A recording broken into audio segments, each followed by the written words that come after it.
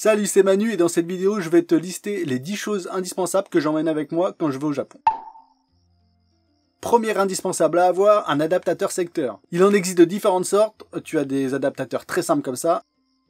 C'est quelque chose qui ne vaut pas grand chose, que ce soit au niveau prix ou au niveau utilisation, hein, c'est des choses qui peuvent très facilement se casser, voire provoquer une combustion spontanée de toi ou de ton hôtel. Tu as aussi des adaptateurs qui vont être un peu plus évolués, comme ce type d'adaptateur là. On va le mettre en mode US parce que US Japon c'est les mêmes prises. Ici tu as un fusible au cas où ça se passe mal, tu as juste à changer le fusible, beaucoup plus pratique. Donc tu vas pouvoir brancher un appareil français ici et petit plus ici, plein de ports USB pour pouvoir brancher tout ce que tu veux, tout ce qui se recharge en USB et ça c'est quand même cool. Avoir un adaptateur c'est bien, en avoir plusieurs c'est quand même mieux parce que tu n'es pas à l'abri, comme moi lors de mon premier voyage au Japon, d'avoir ton adaptateur qui crame. Et du coup c'est pas sympa de faire ta première journée à essayer de trouver un adaptateur dans tous les magasins de Tokyo. Deuxième chose à apporter, ça va être tes papiers tout simplement, hein. Billet d'avion, imprime tes réservations d'hôtel pour les avoir avec toi au cas où tu as besoin de les montrer à un taxi, un truc comme ça. Mais surtout, numérise tout ça, numérise ton passeport, toutes les réservations, tu te les envoies par mail. Si tu peux, tu te les mets dans un cloud. Le cloud, tu les envoies au cloud, c'est nul. Le but, c'est de pouvoir avoir accès à tous ces papiers directement sur ton téléphone ou sur un ordinateur. C'est surtout très important si jamais tu perds tes papiers. Parce que oui, ça arrive de perdre ses papiers. Si tu perds ton passeport, par exemple, ça te permet d'avoir une identité numérique. Bon, c'est complètement faux, mais c'est pas grave. Avec cette copie, ça te permettra au moins d'aller voir l'ambassade de France au Japon pour prouver un petit peu ton identité. Et après là, ils pourront sûrement faire un truc pour toi. Quoi, je sais pas. Si tu es au courant, n'hésite pas à le dire en commentaire, comme ça on le saura tous. Un autre indispensable à avoir avec toi dans ta valise quand tu pars au Japon, c'est des vêtements de pluie. Au Japon, il peut faire très chaud, c'est vrai, mais il peut aussi pleuvoir beaucoup. Et quand il pleut beaucoup, c'est beaucoup. La Bretagne à côté, c'est rien du tout. Hein, c'est des amateurs. Donc n'hésite pas à prendre avec toi des petits trucs. Ça ne veut rien dire. Donc n'hésite pas à prendre avec toi un petit kawaii, un surpantalon, genre le truc que tu prends pour faire du vélo quand il pleut, s'il y a des gens qui font du vélo quand il pleut. Parce que c'est pas arrivé sur place, quand il va commencer à pleuvoir, qu'il va falloir aller faire les magasins, tu vas voir, t'auras pas trop envie du tout. Si pour tes premiers jours au Japon, t'es tout mouillé et tu tombes malade, tu vas pas être très content. Et c'est un enchaînement parfait pour le prochain indispensable. Autre chose indispensable à avoir avec toi, ce sont des médicaments. Des médicaments, quand je parle de médicaments, je parle des médicaments classiques, hein, Aspégique, Doliprane, citrate de bétaïne, enfin tout ce qui est pour j'ai un peu mal à la tête, j'ai un peu mal au ventre, j'ai un peu mal partout. Alors pourquoi ramener des médicaments? Tout simplement parce qu'ils n'en ont pas au Japon. C'est nul. Super blague mise à part, pourquoi ramener ses propres médicaments? Parce que déjà, le prix au Japon est souvent plus cher qu'en France, et en plus tu ne connais pas le nom de ces médicaments au Japon. Eh oui, tu ne connais pas le nom, et du coup, tu n'as pas envie, quand tu es malade, d'aller dans une pharmacie dont tu ne sais pas trop où elle est, demander un médicament dont tu ne connais pas trop le nom, dans une langue que tu ne connais pas. Enfin, en tout cas, moi, j'aime pas trop ça. Pour info, je te mets un petit tableau juste ici avec les correspondances des noms japonais, français au niveau des médicaments. Ça ne veut rien dire cette phrase, mais c'est pas grave, tu as compris. En tout cas, il est là, ce petit tableau. Tu le retrouveras aussi dans la description. Comme ça, tu auras plus de temps de regarder tout ça. Si jamais tu es très malade, genre tu as perdu un bras, ça m'est arrivé lors de... Bon, non, ça ne m'est pas arrivé lors de mon dernier voyage, mais bon, ça aurait pu. N'hésite pas à aller consulter un médecin ou aller à l'hôpital. Un aspégique ne va pas forcément résoudre le problème. J'ai fait. Voilà. S'il y a bien une chose indispensable pour un voyage au Japon, ou un voyage tout court en fait, ça va être d'avoir Internet. Internet c'est très important, surtout au Japon, parce que souvent au niveau des rues, au niveau des adresses, tu n'as pas les noms des rues dans les rues. Tu n'as pas le nom de rue dans les rues. Tu n'as pas le nom des rues dans la rue.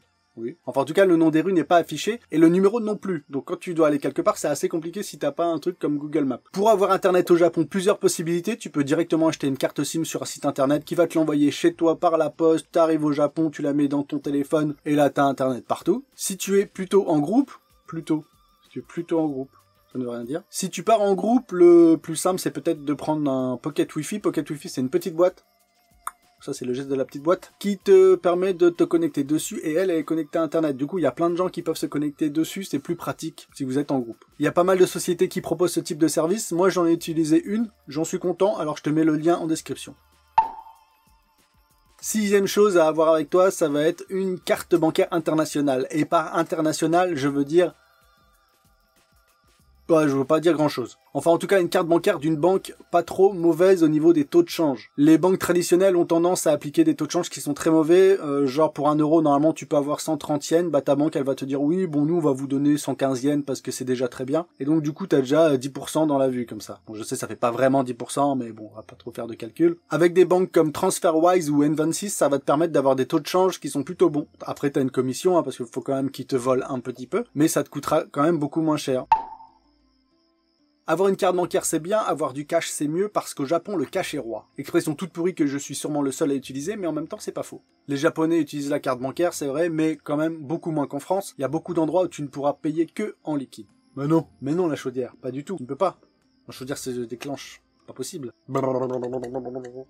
Du coup, je te conseille d'avoir un petit peu de liquide dès que tu arrives au Japon, hein. Juste 10 000 yens, ça suffit, il n'y a pas besoin d'avoir des valises remplies de billets. Ça te permettra de pouvoir parer à toutes les éventualités dès que tu arrives. Parce qu'on sait jamais ce qui peut se passer. Donc pour prendre ce cash, tu peux aller chez un agent de change. Donc pour obtenir ce cash, tu peux aller chez un agent de change. Un agent de change. Pour récupérer cet argent japonais, tu peux directement aller voir un agent de change. Si tu habites dans une grosse ville, tu devrais avoir des taux qui sont pas trop dégoûtants vu que les agents devraient y en avoir plusieurs et du coup ils se font concurrence et du coup les taux descendent et ça c'est bon pour toi. Après si tu habites à Vesoul, je sais même pas s'il y a un agent de change à Vesoul. S'il y a un agent de change, n'hésitez pas à me le dire dans les commentaires. Là, le taux va être quand même beaucoup moins bon. Du coup, il y a aussi des sites internet qui permettent de faire ça. Selon les taux de change, tu vois par rapport à ta ville, ça peut être intéressant même avec les frais de port. À voir après selon toi comment c'est et je ne sais plus parler. Donc n'hésite pas à ramener un petit peu de liquide. Le cash. Autre indispensable, selon moi, un pèse-bagages. Et un pèse-bagages, c'est cet objet-là. On allume. Tac, tac, tac. Hop. Qui te permet de... Oh là là, c'est lourd. Qui te permet de peser tes bagages. C'est quand même super bien trouvé comme nom. Indispensable pour moi parce que ça te permet de peser bien sûr tes bagages à l'aller, mais bon normalement ils sont pas remplis de choses, à moins que tu ramènes plein de choses pour des amis que t'as au Japon. Mais surtout ça va te permettre de pas arriver en surpoids à l'aéroport. Alors après toi si t'es en surpoids c'est pas bien grave, tu payeras pas plus. Mais par contre si tes bagages eux sont en surpoids, tu vas payer un surcoût. Un surcoût pour un surpoids. Je ne sais plus où j'en étais. Ça t'évite des frais, mais ça te permet aussi de peser ton bagage pour voir qu'il reste de la place, et donc du coup, ça va te permettre de racheter plein de souvenirs à ramener chez toi, et pour les autres. Et ça, c'est quand même aussi très cool. Autre avantage que ça a, c'est que ça te permet de pouvoir peser aussi tes colis, si jamais tu t'envoies des colis du Japon jusqu'en France. Et ça, c'est cool aussi. Autre chose hyper indispensable à emmener avec toi, selon moi, c'est une batterie externe. Si tu t'es enfermé très longtemps dans une grotte, tu ne sais donc pas ce que c'est qu'une batterie externe. Une batterie externe, c'est un petit boîtier. Hop, encore le signe du petit boîtier. Et ce petit boîtier, comme ça par exemple, eh bien, il y a de l'énergie dedans. Formidable. Un boîtier plein d'énergie. Et donc cette énergie va te permettre de pouvoir recharger ton téléphone. Par exemple, si tu tombes en cours de batterie, au beau milieu d'une forêt, entouré de singes, d'ours, venimeux, à 15 km de toute civilisation, avec personne autour, ça te permet de retrouver ton chemin, la civilisation, la pollution. Donc... c'est quelque chose qui prend pas beaucoup de place et qui peut te sauver la vie. Peut-être pas quand même. Quoique... techniquement, ça peut. Dernière chose super importante à emmener avec toi, et c'est peut-être la plus importante, apporte des chaussures. Mais apporte surtout des chaussures que tu connais. Alors quand je dis que tu connais, c'est des chaussures que tu as déjà portées, que tu sais qu'elles ne te font pas mal aux pieds. Tu sais que tu peux marcher beaucoup avec. Parce que c'est pas arriver dans l'avion avec tes toutes nouvelles chaussures en mode « Je suis très content, j'ai des nouvelles chaussures, elles sont toutes jolies » qu'il va falloir s'apercevoir qu'elles te font mal aux pieds. Alors tu as le droit d'emmener plusieurs paires de chaussures déjà, hein, ça c'est autorisé. Mais si tu viens avec des chaussures toutes nulles, le premier jour, tu vas avoir des ampoules. Le deuxième jour, ton pied, ce sera une ampoule. Le troisième jour, tu vas pleurer. En tout cas, tu vas te dire « Mon voyage, il est tout pourri ». Alors après, si tu n'as pas prévu de marcher... c'est que tu n'as pas forcément prévu de voyager, donc tu peux rester à l'hôtel, et dans ces cas-là, le seul conseil qui est important dans cette liste, c'est d'avoir Internet pour regarder des films sur Netflix. Mais pour tous les autres qui ont envie vraiment de vivre cette expérience à fond, prenez des bonnes chaussures, parce que franchement, ça te change un voyage. Ça sera coupé au montage, j'espère. Qu'est-ce qu'une bonne chaussure? Je serais bien incapable de te le dire, donc n'hésite pas à aller voir les tutos de Jojo, la bonne godasse, ou un blog de je ne sais pas quelle personne sur les chaussures. Ce top 10 des indispensables à emmener au Japon est terminé. Si tu as trouvé cette vidéo utile ou pas du tout, n'hésite pas à laisser un commentaire. Et surtout n'oublie pas de t'abonner pour ne pas louper les prochaines vidéos, que ce soit des vidéos de conseils ou de voyage. Encore une fois, j'espère que cette vidéo t'a plu et je te dis à la prochaine. Bye!